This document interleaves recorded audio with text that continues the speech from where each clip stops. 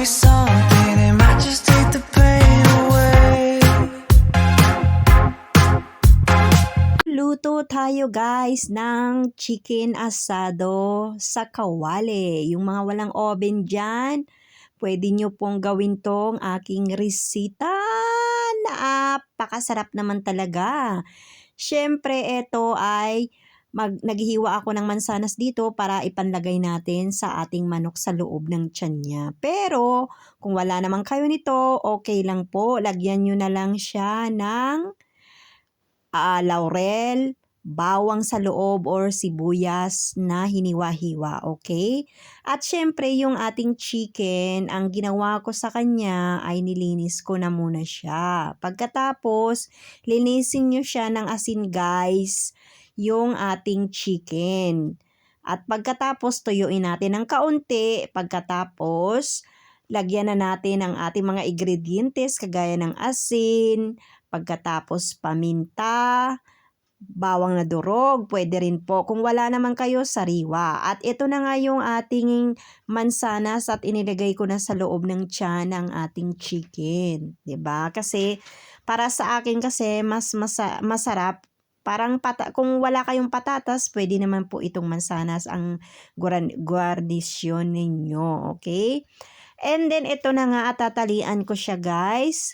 Yung ating chicken para pag naluto siya ay ganun pa rin yung forma nung kanyang forma. Yun ang ibig kong sabihin guys. So eto na nga at nahihirapan ako sa ating pagtali dito pero okay lang yan guys. Guys, itong ating chicken asado ay pwede nyo po itong ihanda sa Pasko o Bagong Taon o kung anumang selebrasyon meron kayo, 'di ba? Pwedeng-pwede po 'to at napakasarap naman talaga, ekonomiko pa. Depende na rin 'yun sa inyo kung gustong ayaw nyo magluto, bumili na lang tayo ng ng luto na diyan sa labas, 'di ba? Kasi sa atin naman sa Pilipinas, maraming mga nabibilihan ng mga tindahan ng mga chicken asado, 'di ba, guys? Pero kung kayo naman ay kagaya ko na mami na mahilig magluto, lalo na sa mga anak o sa anak ay gustong malinis or alam nyo kung paano magluto, kung paano alam nyo kung anong kakainin ng anak ninyo or ng pamilya nyo, di kayo na magluto, okay? Pero kung wala naman kayong time, ay pwede naman kayong bumili sa labasan, okay? At ito na nga guys, pinapakita ko sa inyo kung anong itsura nito na sa mga nilagay ko mga ibang ingredients natin, 'di ba? So eto na nga at syempre dinidiinan ko siya para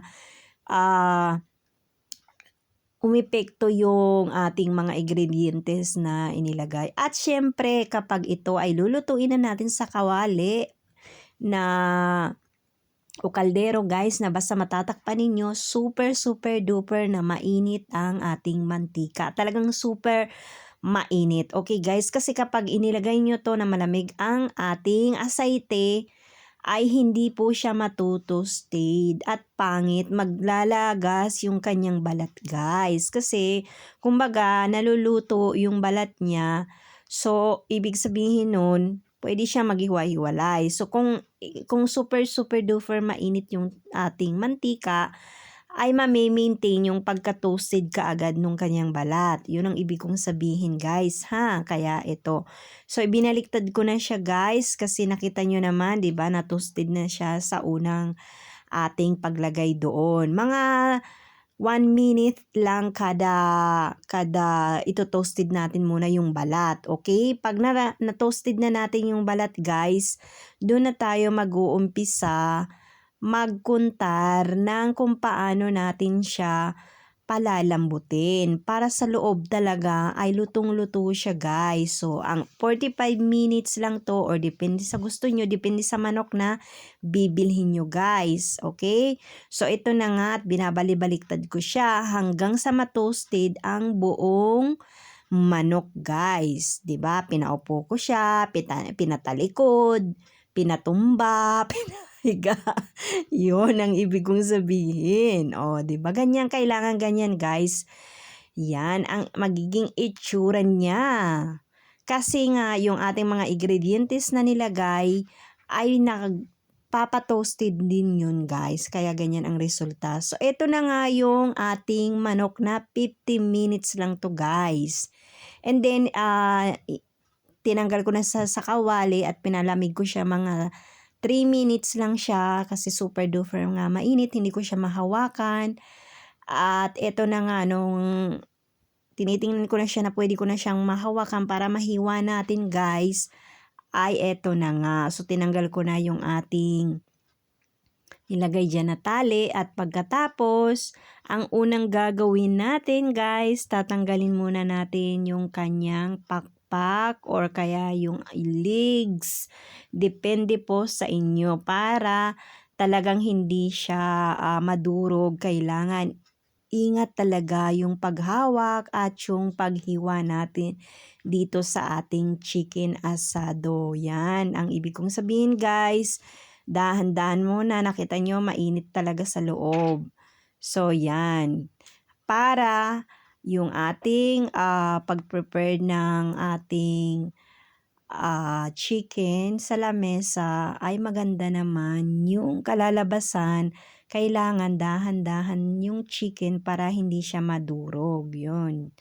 Yan guys. At huwag kayong mag-alala kung ako'y kinakamay ko to guys dahil malinis naman talaga yung aking kamay. At saka talaga ito ay ganito ang paghiwa nito. Kamay talaga ang ginagamit nito guys. Hindi talaga tinidor o kutsilyo. Okay? Kutsilyo, oo. Pero ibig kong sabihin, ang napaka-sensitive kasi ng chicken, kaya kailangan hahawakan nyo talaga siya. Hindi siya pwedeng tinidor dito. Kasi kung tinidor ang ihahawak nyo dito, ay talagang madudurog siya guys. Kaya dapat kamay. Dapat malinis ang kamay ninyo. Pagkatapos, hihiwain nyo siya na ganyan. Para yung forma niya, pag inilagay ninyo sa plato na mahaba o pabilog o ano paman, ang paglagay natin ay kailangan talaga maganda. So, ito na nga at iniingatan ko talaga ang kanyang pagsipara sa kanyang buto guys. Kasi, nako, para maganda yung kanyang forma sa plato. Yun na nga at dinadahan-dahan ko siya dito. Nakita nyo naman yung kanyang skin doon. Nako, na dumikit sa kamay ko kaya yun. Kaya ikunulukar ko ulit siya kasi pag yung ating balat ay crunchy, napakasarap naman talaga, 'di ba? So eto na nga at inilagay na natin yung ating unang pitsuga sa ating plato, 'di ba? Ganyan. At sa susunod naman, eto naman sa kabila ang ating tatanggalin. At saka guys, siyempre, yung buto na yan ay marami pang laman dyan na makukuha natin. So, himayin natin yun. Pagkatapos, aside natin, ilagay natin sa Tupperware. Pwede natin gawin na salad yun o panggisa natin sa gulay, panggisa natin sa pangsahog sa pansit, kung anong gusto nyo, okay? Dahil marami pang laman na makukuha kayo dyan sa buto-buto, 'di ba? Yan. Kasi yung kinuha lang natin yung laman na pitsuga at pagkatapos yung ating mga legs at yung muslo, kontra muslo, ibig kong sabihin, at pagkatapos yung ating alas, yung wings or yung ating pakpak, yun ang ibig kong sabihin. At syempre, yung mansanas yan na sa gilid ay ilalagay din natin yan doon sa plato dahil yan ay garnish yun. Kaya yan na guys ang resulta, 'di ba? Yan, hindi siya durog, 'di ba? Iningatan talaga natin kaya maganda yung kanyang forma. So ito na nga yung ating chicken na itinanggal natin doon. At yan ang ibig kong sabihin guys, tinanggal ko na yung ating mga mansanas. O kung wala kayong mansanas na isasabay dyan sa loob, kung meron kayong patatas, okay din yun guys, okay? Or kung wala naman, lagyan nyo ng laurel, pagkatapos sibuyas or bawang. Para talagang malasa siya. At taran, eto na nga ang ating preparasyon sa lamesa. At yung sauce na yan guys, yan yung ginawa ko na sibuyas na sauce na nilalagay ko sa refrigerator, I mean sa freezer, na para Tupperware na maliliit. Para kada beses na gagawa ako ng chicken, na meron kaming sauce na makukuha. At saka yung ating pinagprituhan doon sa ating chicken, pwede rin po natin yun gawing sauce. Lagyan natin ng konting toyo. Pagkatapos, pwede natin yun haluin para maging concentrate yung kanyang itsura, kaya pwede nyo siyang gawing sauce. O lagyan nyo na siya ng chicken cubes, konting asin, pagkatapos konting harina, pero para maano siya talaga, espeso ang kalalabasan. Ang tawag dito, yung parang maano na siya, yung malapot, yun ang ibig kong sabihin, 'di ba?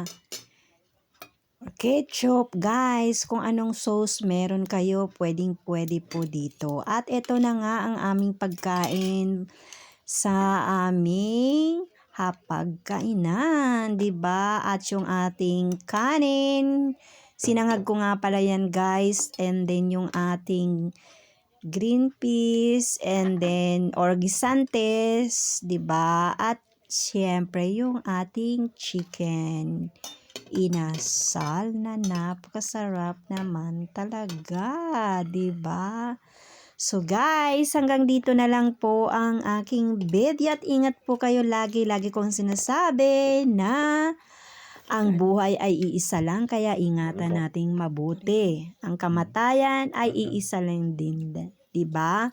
Kaya araw-araw ay pagkakataon natin na mabuhay sa mundo. Gumawa tayo ng mabuti, magpasalamat tayo sa Panginoong Jesucristo. Lagi po tayong magdasal at magpasalamat. At alam nyo na kung bakit. Habang nabubuhay tayo dito sa mundo, magiging memory na lang yung lahat ng mga ginawa natin, magmabuti, magmasama.